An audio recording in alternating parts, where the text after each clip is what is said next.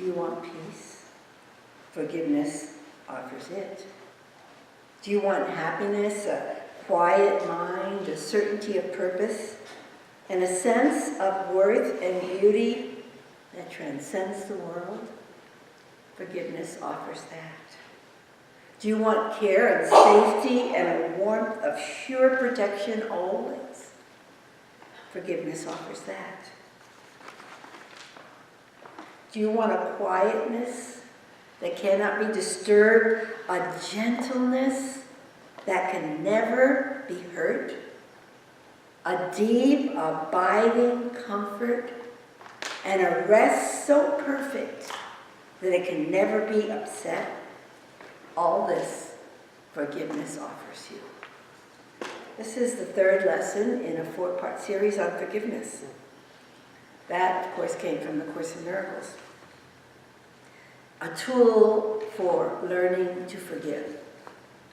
And so, as we work on forgiveness, we recognize that it is the key. It is the key to happiness, the key to joy, the key to healing, the key to peace, the key to everything, which is why Jesus spoke about it so often, and because every great master has really focused on forgiveness.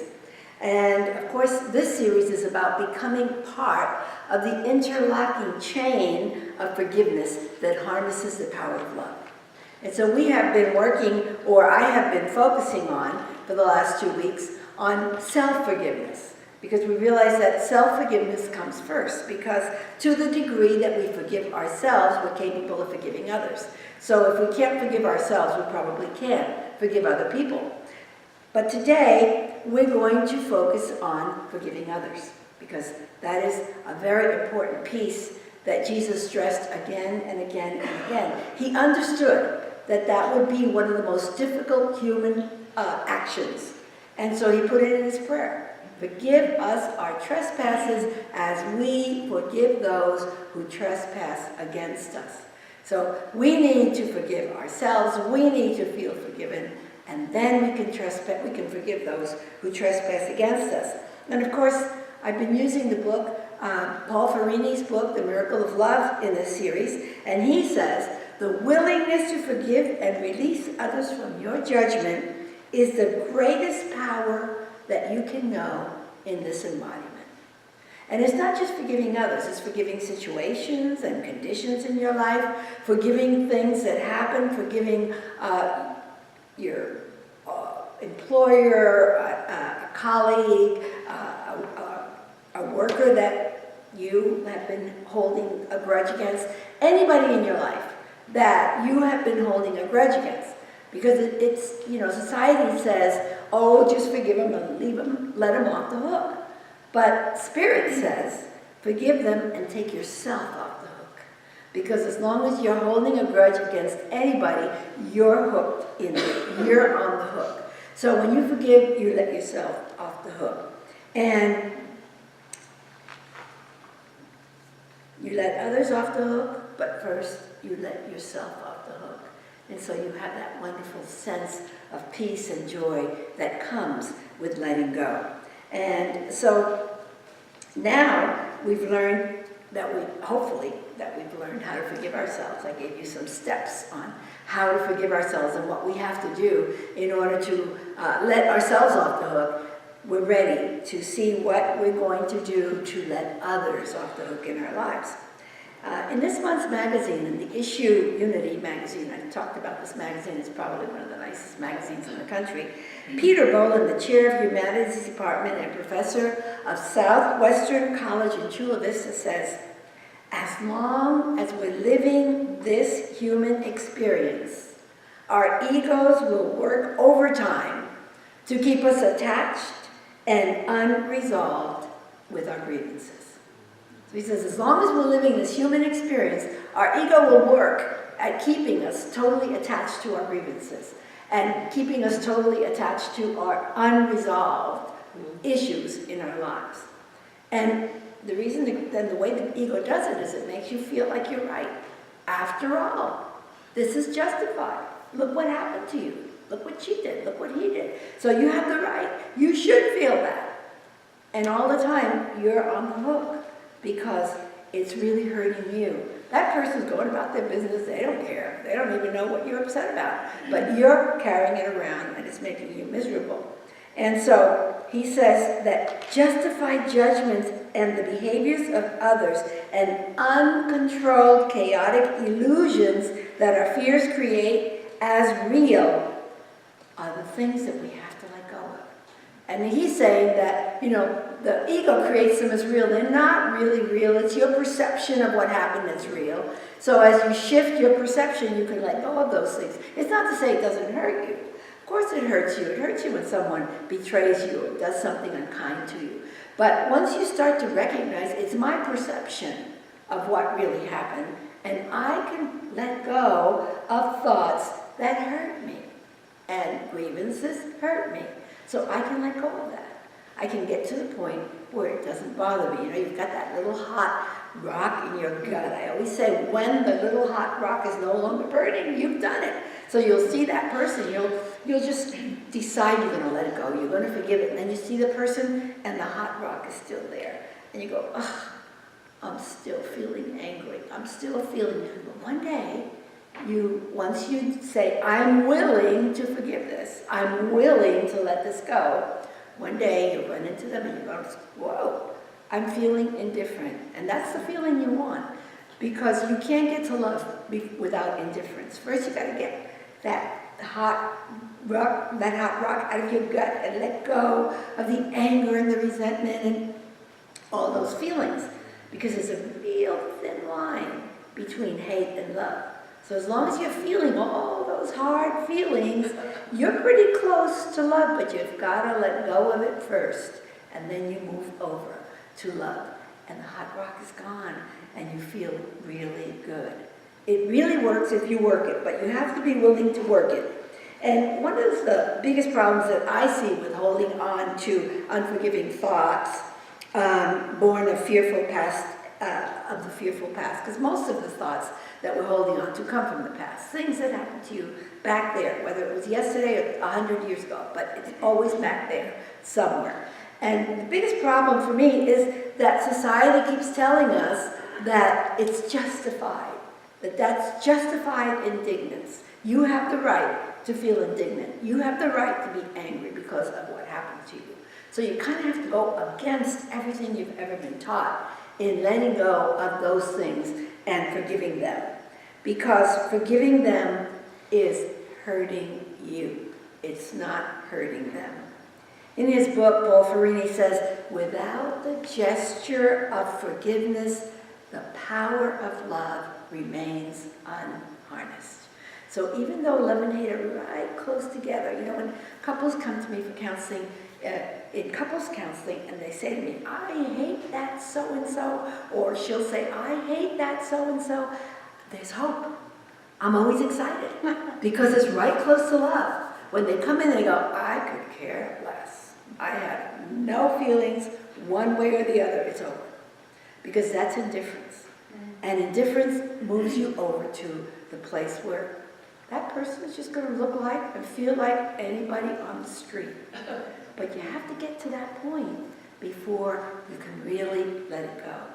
And the beautiful thing is, once you get to that point where you say, you know what, I don't hate that person. I don't need to hang out with them. I don't need to invite them over for lunch, but I'm no longer angry with them. Then you're there. Because remember, Jesus didn't invite the Pharisees for dinner. He didn't have lunch with the Sadducees. He didn't think those people were the kind of people he wanted to hang out with, but he didn't hate them. He just didn't hang out with them. And so sometimes we think forgiveness is impossible because it means that you have to go out to lunch with them, and go to the movies with them, and hang out with them, and be with them. No. Jesus didn't do that, and he's our guide. He's our lesson. What you do is you just let it go, you forgive them, the hot rock is gone from your gut, you feel good about them, and you like them just like you like anybody else that you know. But there is no need to hang out with them, because that's not something that feels particularly comfortable in your life. So once we forgive, amazing things start to happen in our lives.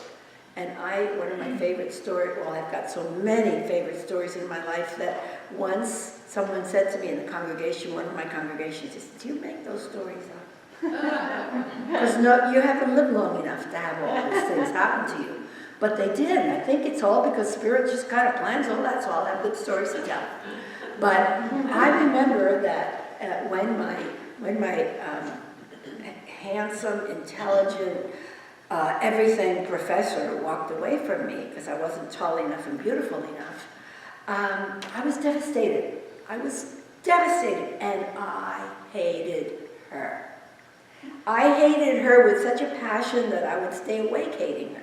I'd write letters to her that I didn't mail, and I would wish her terrible things. I wasn't a minister then, by the way, so I wasn't very But I remember that I got tremendous pleasure in bad-mouthing her. So, and I never bad-mouthed him. Isn't that interesting? Because, you blamed her. She took my man. So I was just bad-mouthing her one day. I belonged to the Science of Mind Church, and I was bad-mouthing her one day. "Do you know what that so-and-so and so-and-so did to me?" And I was going on like that. And this very spiritual woman called me aside, and she said, "You know what? You are really blocking yourself by bad-mouthing that woman and your ex-husband. It's blocking you. You're standing on your own nose. Do you realize that you're blocking yourself?" I said, "No." I got really indignant and upset with her. "It's none of your business. If I want to talk about them, I can talk about them, because after all, they did this and this, and I'm justified, and he abandoned me, and he left me with 4 kids to raise by myself, and I went on and on and on. And she did what we call the broken record technique. She said, "Okay, I get that you got all that. I get that you suffered, but as long as you hate them, you will never move forward. It is blocking your good." By this time, she really had me annoyed, but she got my attention. And she said something else to me. She said, "You've been given a really nice vehicle this time, but you keep doing this, you're going to get a terrible one next time." She got my attention. And I said, I don't know what to do. How do I get over it?" She said, "Here's what I'm going to give you a little thing to do." And being a school teacher, I always follow directions. So she gave me this little thing, and she said, "Here's what I want you to do. I want you to say, 'I forgive you, I release you, and I let you go.' And use their names, his name and her name. And put it on your visor, put it on your refrigerator, put it everywhere. So every day you say that." I'd say their names, and I'd say, "I forgive you, I release you, and I let you go." And the first few times that I got in my car and I'm driving, I was enraged. And I was saying it like this: "I forgive you, you no good, blah, blah, blah, blah, and I let you go, you lousy bum." And then I would cry, and I would scream it out as I was driving. But I kept doing it because, she gave me a formula, and I follow rules and directions. So the next day I would do it, and I noticed that after about a week of forgiving them and letting them go, I didn't have the rage. The rage wouldn't come up. I would just say it. And sometimes I would cry because the pain would come up, and I would, "I forgive you, and I let you." And about 6 months down the road, I was saying it perfectly. And I wasn't crying, and I wasn't angry, and I didn't have a lot of rage. And I noticed that the hot rock in my gut was gone. I had actually done what she suggested, and I had forgiven them. And so about 6 months later, my doorbell rings, and there he is. They had broken up, and he wanted to come and visit the children. And that was a test. Because without that, I would have just kicked him out, called him names, and called the court. And I let him in. I was very cordial, very friendly, very warm to him. He saw the children. And I said, "Oh my God, this is amazing." I wasn't faking it. I didn't feel angry. I didn't feel any of those feelings. So he started coming regularly to see the kids. He was very friendly. We had a very friendly relationship. Everything was great. And in the meanwhile, I had because of the fact that he abandoned me in Connecticut with all those kids, I had come back to California to be with my sister, who was my surrogate mother. I had an older sister. She says, come home, we'll take care of you and the kids. So I had moved to Bakersfield with all 4 kids in a bondoed car. Do you know what that means? Yeah. There was practically no metal on that car. It was all bondo. Every time there was a rough spot, we put bondo in it. And it was broken down. It was just barely got me there. And she found a 1-bedroom apartment for the kids and I had to share a bedroom with my daughter and 3 boys in the master bedroom. And we were crowded, to say the least, and I didn't have a teaching job. And there was a glut in those days. That was in the 70s, and there were no teaching jobs anywhere. And I found a teaching job. And the only reason I got the job was because I was the only teacher in the Kern district, which is the largest school district in the United States, that could do Spanish, French, and English. So I got a job teaching school. And we lived in those crowded quarters like that for a year. And all that time, of course, I was hating him and blah, blah, blah. And my sister took me to the Signs of Mind Church, and I met that woman, and she told me this. So that's the background of where I was at the time.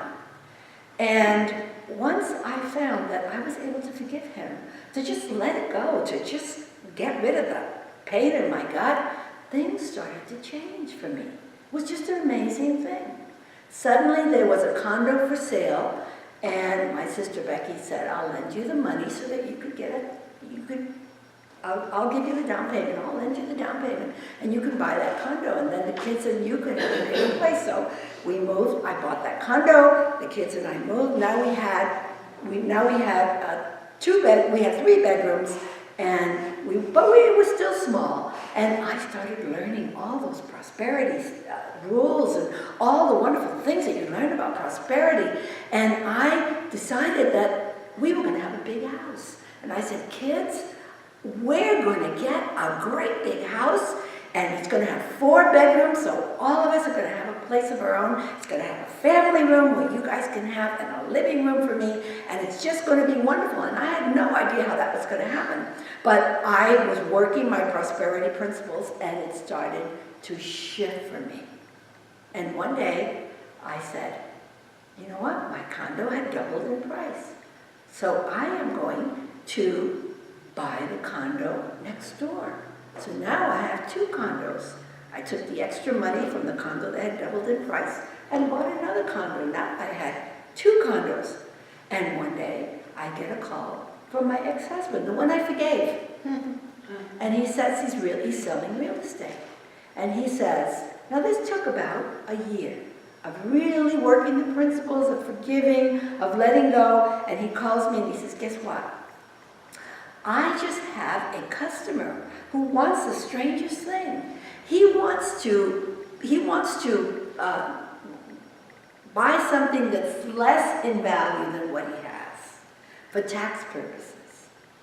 And my mother had left me a little house on the other end of town that wasn't it wasn't big enough for any of us. It was like 1,100 square feet. And so I just had it rented. He said, I remember that little house that your mother left you years ago on the other side of town. Well, he wants to trade a great, big, beautiful house for that little house that you've got for tax purposes. I said, what?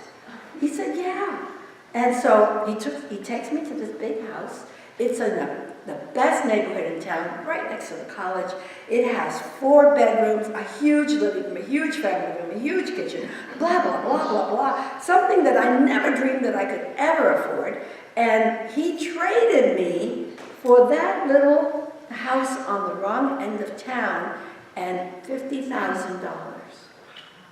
I sold one of my condos, and there we were.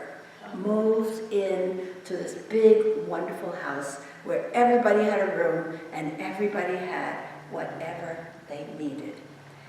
I believe that all happened because I was willing to forgive. I believe that the power of love just took hold when I was willing to let myself off that hook. And so, and was I happy when I was on the hook? I was angry, mean, hateful, spiteful, constantly spewing out poison about him and her and so on and so forth. And here's the best part of the story. The best part of the story is that that name, that woman's name, was never my favorite name. I hated that name. Even after I forgave them, I still didn't like the name. And fortunately for me, I had never met anyone with that name in all these years, until I came to Santa Maria. And I hadn't thought about it much. I mean, I wasn't going around saying, putting needles in a doll or anything. It wasn't one of my favorite names. It wasn't, and I was grateful that I'd never met anybody with that name in all these years. And I come to Santa Maria, and I meet this woman who is wonderful. She's just one of my favorite people in the whole world. She's so kind and so loving and so generous and so everything you could ever want. And one day I said to her, "What is your name?" And she said, "It's Sylvia, your mother." And I said, "Spirit gave me Sylvia." So that now Sylvia has a wonderful meaning for me. When I say Sylvia, I think of Matthew's wonderful mother. She couldn't be more wonderful. And I'm convinced that that's part of the gift. Even though it took years and years and years, I have another Sylvia in my life that I love. And so even that has shifted and gone. So I tell you that whenever you have even a justifiable reason for feeling angry. I had a 2-year-old, a 10-year-old, a 12-year-old, a 14-year-old. I didn't think I could even survive that. But it was the best thing that ever happened to me, because I learned how to forgive something awful and grow from it and learn. I never teach anything that I haven't worked through myself. And I know this works. So if you have someone in your life, some condition, some situation that you're holding on to, make forgiveness your highest priority. Forgive them. And don't do it because you think, oh, I'm going to get this and I'm going to get that. You're going to get peace of mind. And with that will come whatever you need. All your abundance, all your needs will be abundantly supplied because you're free. Your soul is free to just love and be part of all the goodness that's around you. In his book, The Invisible Force, the late Wayne Dyer says, hold no grudges and practice forgiveness. This is the key to having peace in all your relationships. Hold no grudges and practice forgiveness. This is the key to having peace in all your relationships. So the key is, if you have somebody or some situation or some terrible thing that happened to you, someone who abused you, who hurt you, betrayed you, whatever, you could decide to write it down and say, I love you and I forgive you and I let you go. Or you could, as soon as the thought comes to you, you could just dismiss it with something powerful, like, I hold no grudges and I forgive. Something happens to you and you're driving and you get really angry, I hold no grudges and I forgive. You're in the supermarket and somebody jumps in front of you, I hold no grudges and I forgive. And that's our affirmation today. So let's say that together. I hold no grudges and I forgive. And as you leave the service today, remember to love unconditionally, to forgive freely, I hold no grudges and I forgive, to share generously, and to accept what you cannot change. And remember that you are the light in the chapel of light. God bless you.